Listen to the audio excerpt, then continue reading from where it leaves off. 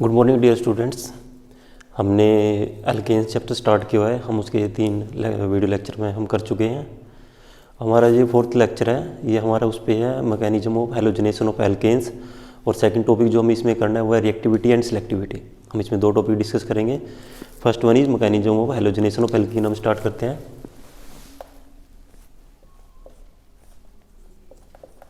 Mechanism of halogenation of alkenes, ये topic हम discuss करेंगे। इसके बाद हम इसी जो हमारे पास mechanism of halogenation of alkenes है, इसी में हमारे पास एक टॉपिक आता है रिएक्टिविटी एंड सिलेक्टिविटी। उसको हम डिस्कस करेंगे। हमारी इसमें जो मैं सबसे पहले आपको बेसिक रिएक्शन बताता हूँ। हमारे पास इसमें रिएक्शन क्या होती है, मीथेन को हम क्लोरीन के साथ ट्रीट कराते हैं और इसमें हमारे पास सबसे पहले बनता है CH3Cl, देन अगेन क्लोरीन के साथ रिएक्शन होती है CH2Cl2, देन अगेन Cl2 के साथ CHCl3, देन अगेन Cl2 के साथ CCl4, कार्बन टेट्राक्लोराइड। ये हमारे पास इसमें फाइनल प्रोडक्ट होता है कार्बन टेट्राक्लोराइड। और जो ये रिएक्शन होती है फ्री रेडिकल की प्रेजेंस में होती है। Reaction occur in the presence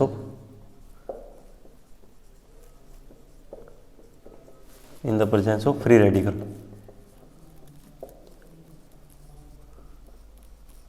तो हम इसमें जो मैकेनिज्म स्टडी करना है वो फ्री रेडिकल मैकेनिज्म स्टडी करना है।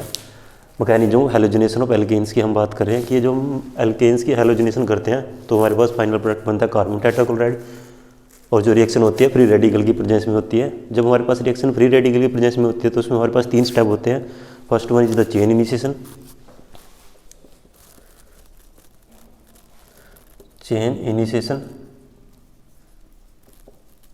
Then chain propagation and last one is chain termination.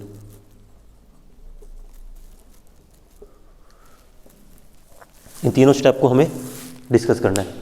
तो सबसे पहले हम चेन इनिशिएशन स्टडी करेंगे, then chain propagation, then chain termination. मैं आपको थोड़ा सा एक बार आइडिया दे देता हूँ कि चेन इनिशिएशन होता क्या।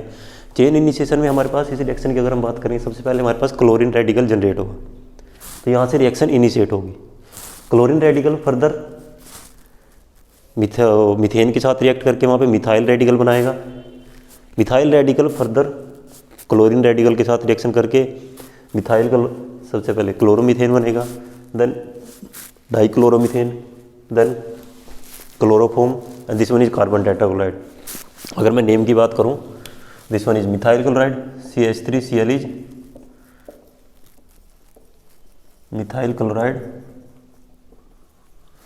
एंड CH2Cl2, इसको हम बोलते हैं DCM और हम इसको बोलते हैं डाइक्लोरोमीथेन।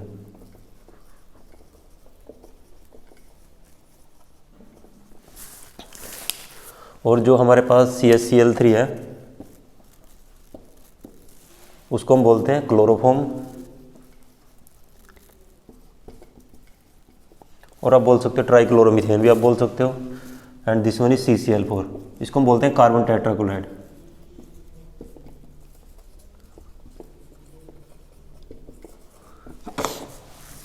जो हमारे पास CHCl2, CHCl3, CCl4 है, इनको हम एज ए सोलवेंट भी यूज करते हैं। जो हमारे पास DCM, क्लोरोफॉर्म, कार्बन टेट्राक्लोराइड, इनको हम ऑर्गेनिक रिएक्शन में एज ए सोलवेंट भी यूज करते हैं। इसलिए जो हमारे पास इस रिएक्शन की इंपॉर्टेंस है वो बहुत ज़्यादा है। इसके बाद हमारे पास इसमें सबसे पहले हम चेन इनिशिएशन स्टार्ट करेंगे। चेन इनिशिएशन रिएक्शन में होता है कि जो हमारे पास क्लोरीन रेडिकल होता है, वैसे तो क्या होता है कि जब हम मीथेन और क्लोरीन को आपस में अगर हम रिएक्ट कराने की कोशिश करें तो आपस में रिएक्ट नहीं करते। ये आपस में क्या करेंगे, रिएक्ट नहीं करेंगे। ठीक है, इनको रिएक्ट कराने के लिए हमें सबसे पहले क्या करना पड़ता है, हम इन दोनों को आपस में मिक्स करते हैं। मिक्स करने के बाद हम रिएक्शन को स्टार्ट करते हैं। ये रिएक्शन जनरली हीटिंग पे होती है, या तो हम रिएक्शन को हीट करें डार्क में, heating in dark, at 525 to 675 kelvin के अराउंड, या सेकेंड हम in the presence of ultraviolet light UV. UV is the ultraviolet light. तो दो तरह से हम जो फ्री रेडिकल है उसको इनिशिएट कर सकते हैं, या तो हम उसको 525 to 675 केल्विन पे हीट करें, या हम क्या करें उसको अल्ट्रावोलेट लाइट की प्रेजेंस में हम रिएक्शन को प्रोसीड कराएं। इसको हम आगे देखते हैं।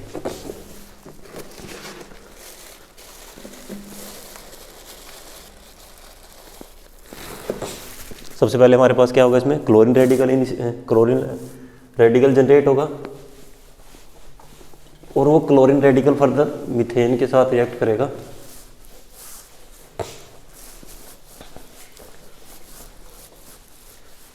और सबसे लास्ट स्टेप होगा हमारे पास चेन टर्मिनेशन। चेन टर्मिनेशन में जनरली टू रेडिकल आपस में कंबाइन हो जाते हैं, जैसे क्लोरीन रेडिकल आपस में कंबाइन हो गए, क्लोरीन बना लेगा, मिथाइल रेडिकल आपस में कंबाइन हो गई इथेन बना लेगा, या CH3 रेडिकल क्लोरीन रेडिकल के साथ रिएक्शन करके मिथाइल क्लोराइड वहाँ पे फॉर्मेशन हो जाती है। तो सबसे पहले हम जो हमारे पास सबसे पहले स्टेप है चेन इनिशिएशन। चेन इनिशिएशन क्या है कि हमारे पास जब हम CH4 और Cl2 के मिक्सचर को, या तो हम उसको हीटिंग पे करेंगे in the dark, mixture is heated in dark at 525 to 675 kelvin, और इन द अल्ट्रावायलेट लाइट।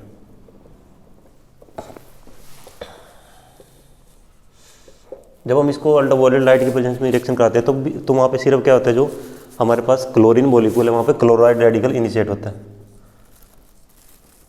वहाँ पे क्या होता है, in the ultraviolet light then only chlorine molecule undergo homolytic fission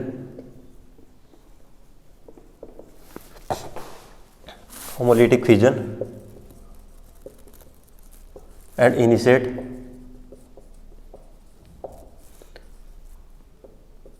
chloride radical।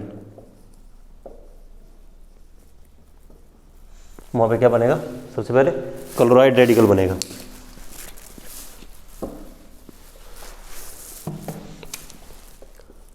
Cl यहाँ पे होती है लाइट, वही हम बात कर सकते हैं। तो हीटिंग को मैं डेल्टा से रिप्रेजेंट कर रहा हूँ 525 to 675 केल्विन, और either in the presence of light उसको मैं एच म्यू से रिप्रेजेंट कर रहा हूँ। एच म्यू रिप्रेजेंट करता है फोटोन, तो फोटोन की प्रेजेंस में रिएक्शन हो सकती है। और यहाँ पे होता है homolytic fission.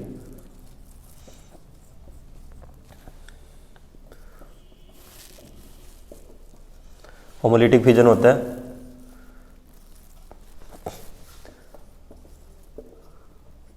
To chloride radical बनते हैं। ये सबसे पहले हमारे पास होता है chain initiation step.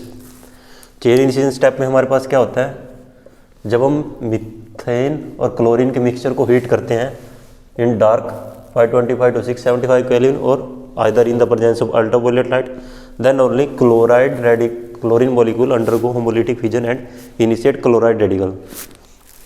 This is generation of chloride radical.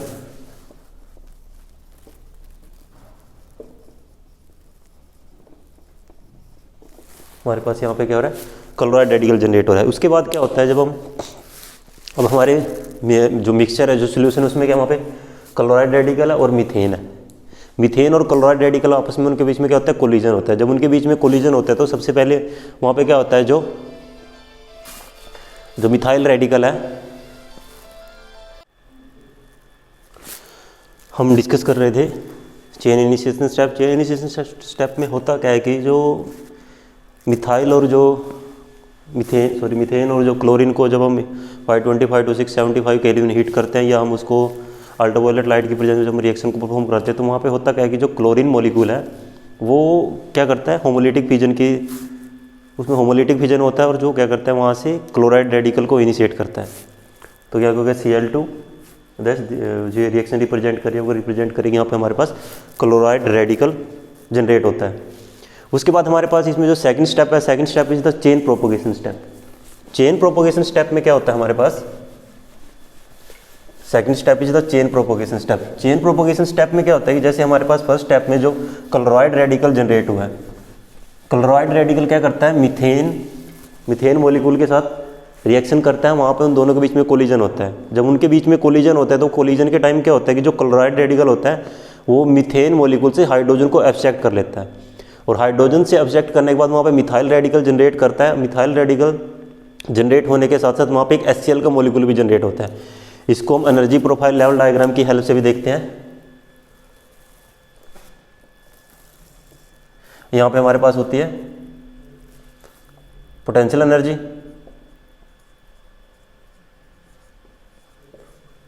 और यहाँ पे होता है हमारे पास रिएक्शन कोऑर्डिनेट, या हम कह सकते हैं progress of the reaction. Reaction progress हम यहाँ पे लिख सकते हैं। इसमें सबसे पहले हमारे पास क्या होता है,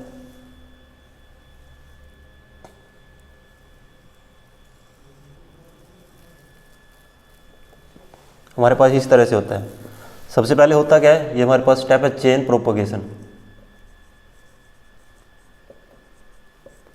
चेन प्रोपोगेशन में क्या हमारे पास, जैसे कि मैंने बताया मिथाइल, जैसे मेरे पास यहाँ पे HCH, this one is methane plus एक क्लोराइड रेडिकल के साथ क्या करेगा, रिएक्शन करेगा।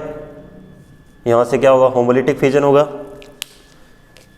और ये क्लोराइड रेडिकल क्या करेगा, यहाँ से हाइड्रोजन को एब्स्ट्रैक्ट कर लेगा। यहाँ पे बन जाएगा मेरे पास HCH रेडिकल प्लस HCl। जो यहाँ पे मिथाइल रेडिकल है, फर्दर ये क्या करता है, HCH आपको दिख रहा है ना, रेडिकल प्लस Cl2 के साथ दोबारा रिएक्शन करेगा। यहाँ से बनेगा CH3Cl प्लस क्लोराइड रेडिकल। इस केस में क्या होता है, हमारे पास जो एनर्जी होती है वो होती है 4.8 किलोजूल पर मोल, और इस केस में जो एनर्जी रिलीज होती है -108.4 समथिंग किलोजूल पर मोल। हमारे पास उसमें इतनी एनर्जी वहाँ पे किलोजूल एनर्जी रिलीज होती है, यहाँ पे होती है 4.8, और यहाँ पे होती है 108.4। अब हमारे पास यहाँ पे क्या है, अगर मैं रिएक्शन को यहाँ पे मैं रिप्रेजेंट करता हूँ, मेरे पास यहाँ पे क्या है, CH4 प्लस Cl रेडिकल, और यहाँ पे मेरे पास क्या बन रहा है, CH3 रेडिकल प्लस HCl। उसके बाद दोबारा क्या करता है, CH3 radical plus Cl2 combine होता है, और मेरे पास बनता है यहाँ पे CH3Cl plus Cl radical. This one is reactant and this one is product. This one is reactant and this one is product. एक एक्टिवेशन एनर्जी यहाँ पे ये हो गई, इसको मैं रिप्रेजेंट कर रहा हूँ EACT एक्टिवेशन एनर्जी, और एक एक्टिवेशन एनर्जी मेरे पास ये होगी EAC, इसको मैं 2 से रिप्रेजेंट कर रहा हूँ, इसको 1 से, और जो ये यहाँ का इतना गैप है this one is the delta H। अब यहाँ पे हो क्या रहा है एक्चुअली में, वो मैं आपको समझाता हूँ। सबसे पहले क्या है कि जो मीथेन प्लस क्लोराइड रेडिकल जो यहाँ पे रिएक्शन कर रही है, इसकी एक्टिवेशन एनर्जी का यहाँ पे ज़्यादा है, एक्टिवेशन एनर्जी ज़्यादा है, तो मीन्स ये हमारे पास कैसा स्टेप होगा, ये स्लो स्टेप होगा।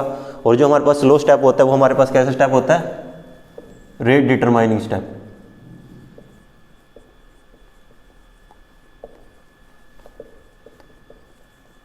हमारे पास वो स्टेप कैसा होता है, रेट डिटरमाइनिंग स्टेप। यहाँ पे एक्टिवेशन एनर्जी ज़्यादा है, मिस जो हमारे पास ये रिएक्शन यहाँ पे एंडोथर्मिक रिएक्शन है, मिस यहाँ पे उसको हमें एनर्जी प्रोवाइड करनी है। तो यहाँ पे डेल्टा H कितनी है, 4.8 किलोजूल पर मोल। मैंने उसको वहाँ पे प्लस से रिप्रेजेंट किया है, मीन्स हमें इसको यहाँ पे एनर्जी प्रोवाइड करनी पड़ेगी। सबसे पहले हमें यहाँ पे क्या करनी पड़ेगी, इसको मिथाइल रेडिकल जनरेट करना है। क्योंकि मीथेन से क्या है कि वहाँ पे जो मीथेन है क्लोरीन क्लोराइड रेडिकल के साथ जब रिएक्शन करेगा वहाँ पे मिथाइल रेडिकल जनरेट करना पड़ेगा हमें, और मिथाइल रेडिकल इतना इजीली जनरेट नहीं होता, उसको हमें एनर्जी देनी पड़ती है एक्स्ट्रा, तब जाके वहाँ पे मिथाइल रेडिकल जनरेट होगा। और जो वहाँ पे मिथाइल रेडिकल जनरेट होगा, एक बार मिथाइल रेडिकल जनरेट हो गया उसके बाद फिर वो फर्दर क्लोरीन मॉलिक्यूल के साथ रिएक्शन करता रहेगा और वो मिथाइल क्लोराइड वहाँ पे आगे फर्दर जनरेट करता रहेगा। मीन्स जो चेन प्रोपगेशन स्टेप में सबसे हमारा जो मेन पॉइंट क्या है कि हमें मिथाइल रेडिकल जनरेट करना है।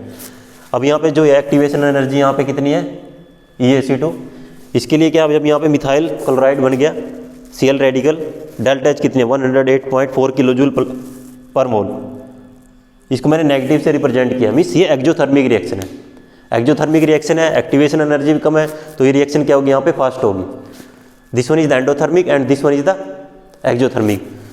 अगर मैं दोनों की गैप की बात करूँ, जो यहाँ पे डेल्टा H कितना होगा, डेल्टा H होगा यहाँ पे 4.8 माइनस 108.4 जो कि माइनस 10.4 किलोजूल पर मोल, 4.4 के राउंड होगी किलोजूल पर मोल, जो डेल्टा H है यहाँ पे एनर्जी। अब यहाँ पे क्या है कि जो ये क्लोराइड रेडिकल जनरेट हुआ है, तो अब हमारे पास क्या मिक्सचर में जब NF number of methyl radical हमारे जब सोल्यूशन में जो प्रोडक्ट में जब NF number of methyl radical होते हैं, जब वहाँ पे sufficient number of methyl radical generate हो जाते हैं, मिथाइल क्लोराइड वहाँ पे बन जाता है, तो उसके बाद क्या होता है वहाँ पे क्लोराइड रेडिकल हमारे पास इसमें बना क्या है, methyl chloride plus chloride radical. तो वहाँ पे जब ये sufficient number of methyl chloride बन गए हैं और सोल्यूशन में क्लोराइड रेडिकल भी है, तो उसके बाद पॉसिबिलिटी क्या होती है कि जो हमारे रिएक्टेंट में जो हमारा सोल्यूशन मिक्सचर है उसमें मिथेन नहीं है, जो क्लोराइड रेडिकल यहाँ पे जनरेट हुआ है, जो क्लोराइड रेडिकल यहाँ पे जनरेट हुआ है, ये क्लोराइड रेडिकल क्या करता है फर्दर, ये मीथेन के साथ रिएक्ट ना करके मिथाइल क्लोराइड के साथ रिएक्ट करता है, और मिथाइल क्लोराइड के साथ रिएक्ट करता है तो वहाँ पे फिर मिथाइल क्लोराइड रेडिकल जनरेट होता है। Methyl chloride radical further chlorine के साथ रिएक्शन करेगा, और जो रिएक्शन है फर्दर आगे प्रोसेस में चलती रहती है। मीन्स जो चेन प्रोपगेशन स्टेप है वो एक बार स्टार्ट होने के बाद फिर वो कंटिन्यू चलता रहेगा।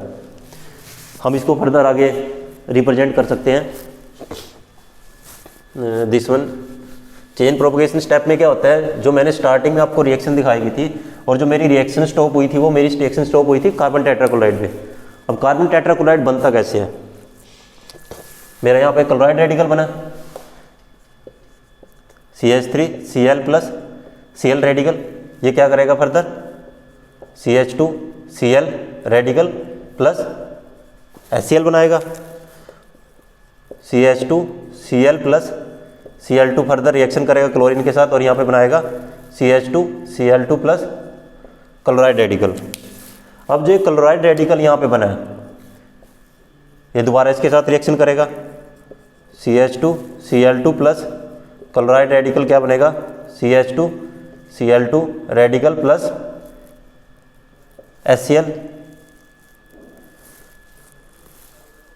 HCl मॉलिक्यूल जनरेट होगा, CH Cl2 radical plus Cl2 दोबारा रिएक्शन करेगा और CH Cl3 plus Cl radical बनेगा।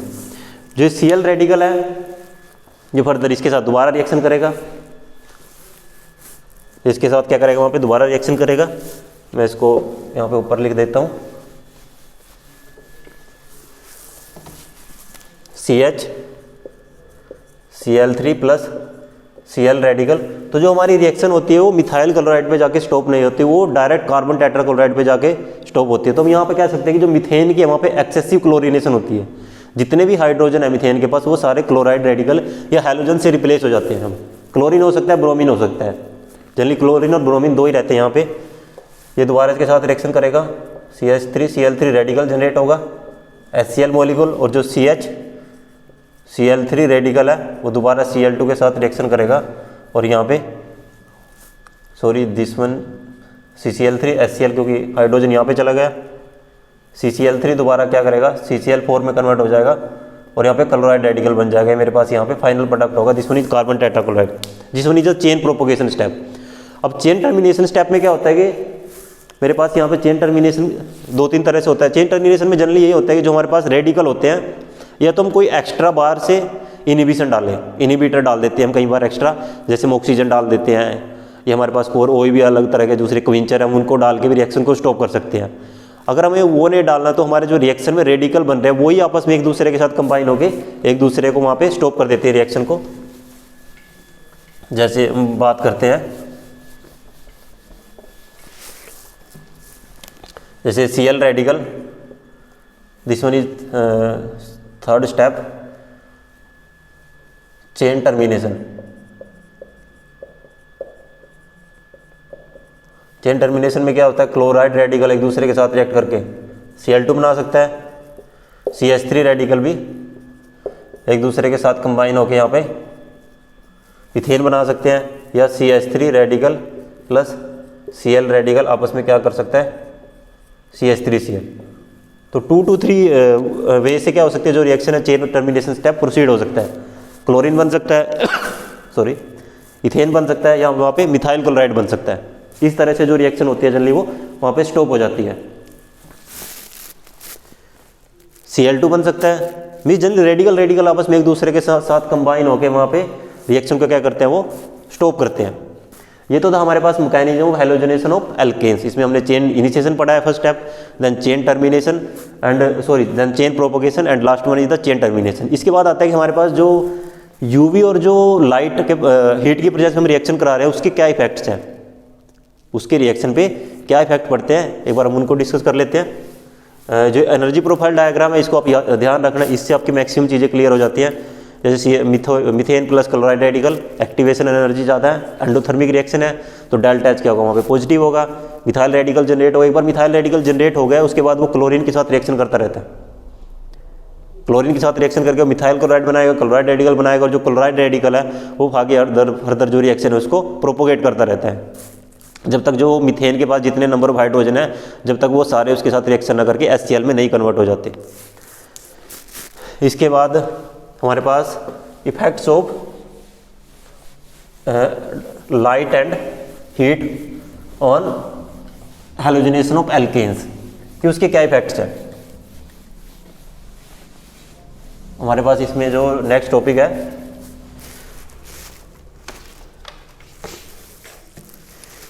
इफेक्ट्स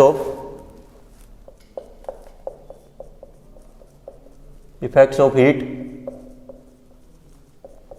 एंड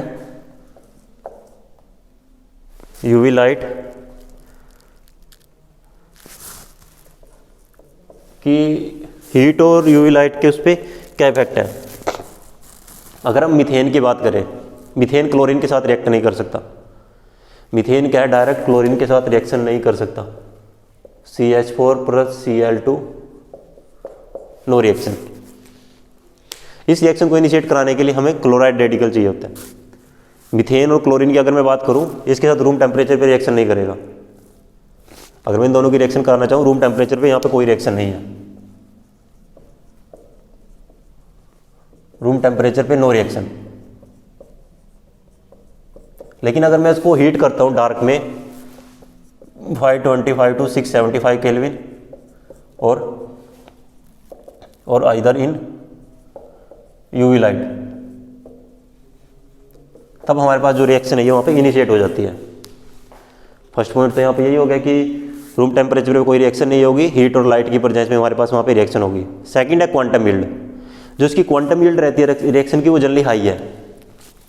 रिएक्शन की अगर मैं क्वांटम यील्ड की बात करूँ, क्वांटम यील्ड यहाँ पे रिएक्शन की बहुत हाई है।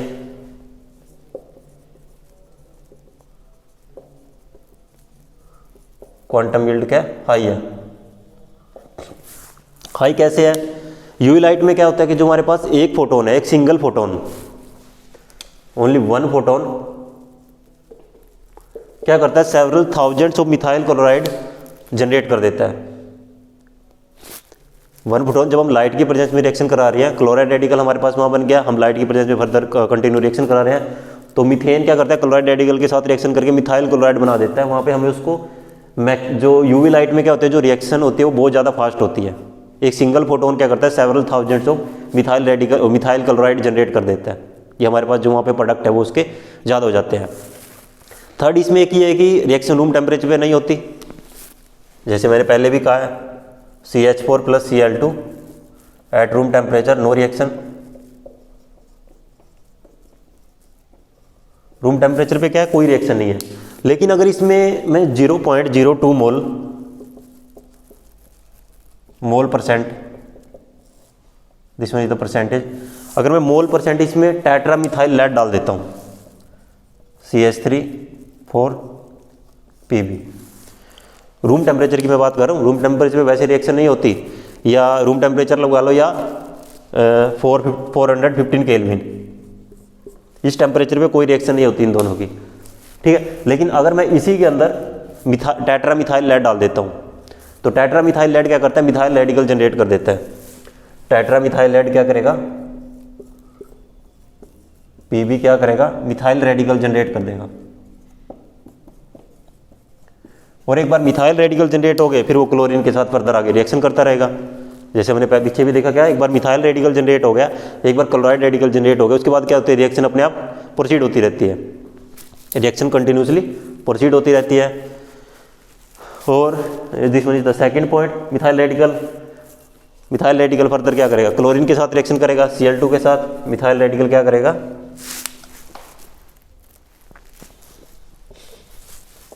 जो यहाँ पे मिथाइल रेडिकल जनरेट हुआ है,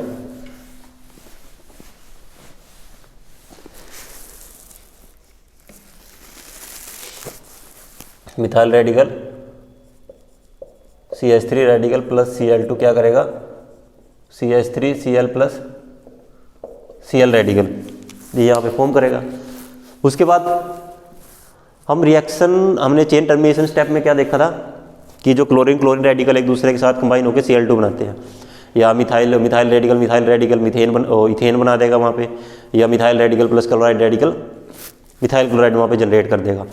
इसी रिएक्शन में अगर मैं बात करूँ, अगर मैं इसमें कोई इनिबिशन डाल देता हूँ, इनिबिटर डाल देता हूँ, कई बार हम रिएक्शन को एक थोड़े टाइम के लिए स्टॉप करने के लिए हम उसमें ऑक्सीजन डाल देते हैं। जैसे मैंने इसमें डाल दिया CH3 रेडिकल प्लस मैंने इसमें O2 डाल दिया, O2 क्या करेगा, रेडिकल जनरेट करेगा, ये यहाँ पे बनाता है CH3O रेडिकल।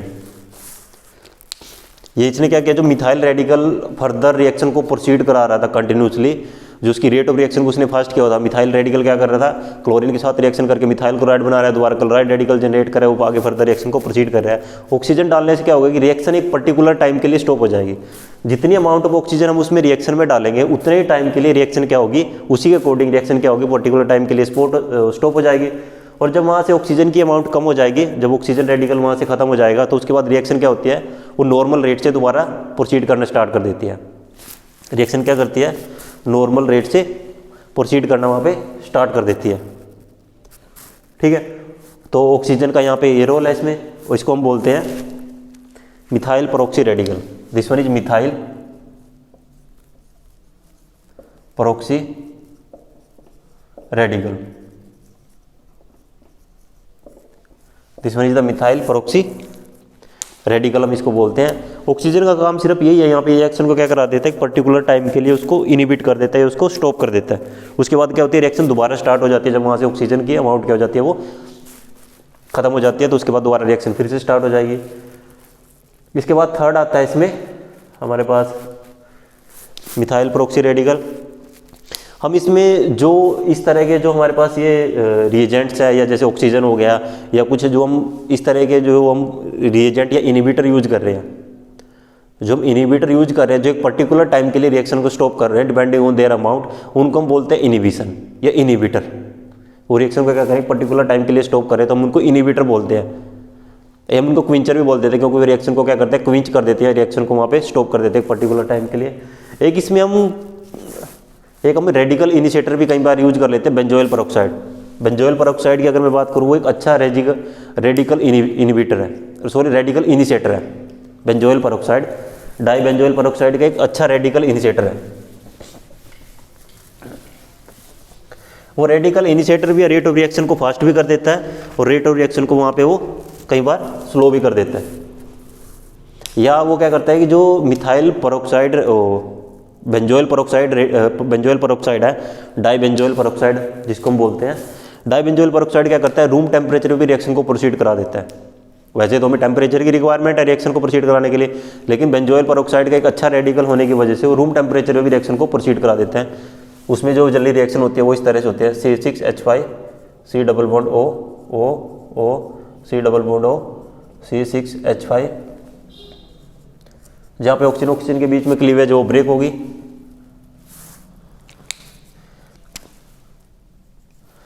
हमारे पास बनेगा 2C6H5 C double bond O radical. और ये फर्दर आगे क्या करता है, C6H5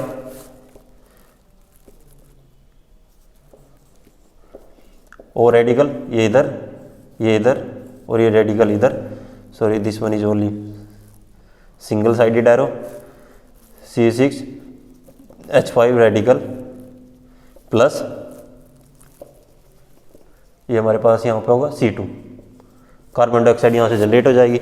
और ये C6H5 रेडिकल है, ये क्लोरीन के साथ रिएक्शन करेगा, C6H5 chloride plus Cl radical, या किसी मॉलिक्यूल के साथ आगे फर्दर वहाँ पे वो रिएक्शन कर सकता है। C6H5 यहाँ पे इसने क्लोराइड रेडिकल जनरेट कर दिया, और क्लोराइड रेडिकल जनरेट होने के बाद फिर रिएक्शन क्या होती रहती है, फर्दर आगे कंटिन्यू चलती रहती है। तो जो बेंजोइल पेरोक्साइड है इसको हम DBZ भी बोलते हैं, DBZ di benzoyl peroxide, di benzoyl peroxide होता है ये दो यहाँ पे बेंजोइल ग्रुप है डाई, और ये पेरोक्साइड ग्रुप है, this one is the benzoyl and this one is the peroxide, di benzoyl peroxide. तो ये हमने इस वीडियो में हम यहाँ पे दो टॉपिक कवर कर रहे हैं। First one is the mechanism of halogenation of alkenes and second one is the effect of temperature और UV light on the mechanism of halogenation of alkenes, कि कब वो रिएक्शन को फास्ट करेगा। अगर हमारे पास हम रिएक्शन को हाई टेम्परेचर पे प्रोसीड न करके 450 केल्विन पे टेम्परेचर को प्रोसीड कराना चाहते हैं, तो हम वहाँ पे छोटी सी अमाउंट 0.02 मोल परसेंटेज का टेट्रामिथाइल लेड डाल देते हैं, तो वो भी वहाँ से मिथाइल रेडिकल जनरेट हो जाएगा। रिएक्शन को अगर हमें थोड़े टाइम के लिए स्टॉप करना है तो वहाँ पे ऑक्सीजन को हम यूज कर सकते हैं। ऑक्सीजन से क्या हो जाती है, रिएक्टेंट एक पर्टिकुलर टाइम के लिए क्विंच हो जाती है, यहाँ पे स्टॉप हो जाती है। उसके बाद जब ऑक्सीजन की अमाउंट वहाँ पे खत्म हो जाती है तो दोबारा रिएक्शन स्टार्ट हो जाती है। ये रिएक्शन क्या होती है, नॉर्मल रेट से दोबारा प्रोसीड करना स्टार्ट कर देती है। ये हम डाई बेंजोइल पेरोक्साइड का यूज कर सकते हैं, क्योंकि डाई बेंजोइल पेरोक्साइड क्या करता है, लोअर टेम्परेचर पे भी हमें रेडिकल जनरेट कर देता है, या रेडिकल को वहाँ पे इनिशिएट कर देता है। ये हमने यहाँ पे दो टॉपिक कवर किए हैं। इसके बाद इसमें हमारा एक टॉपिक और रहता है रिएक्टिविटी एंड सिलेक्टिविटी, उसको हम नेक्स्ट वीडियो लेक्चर में करेंगे, कि हमारी रिएक्टिविटी एंड सिलेक्टिविटी जो हमारे पास टॉपिक है उसको हम नेक्स्ट वीडियो लेक्चर में करेंगे। Thank you for watching the video.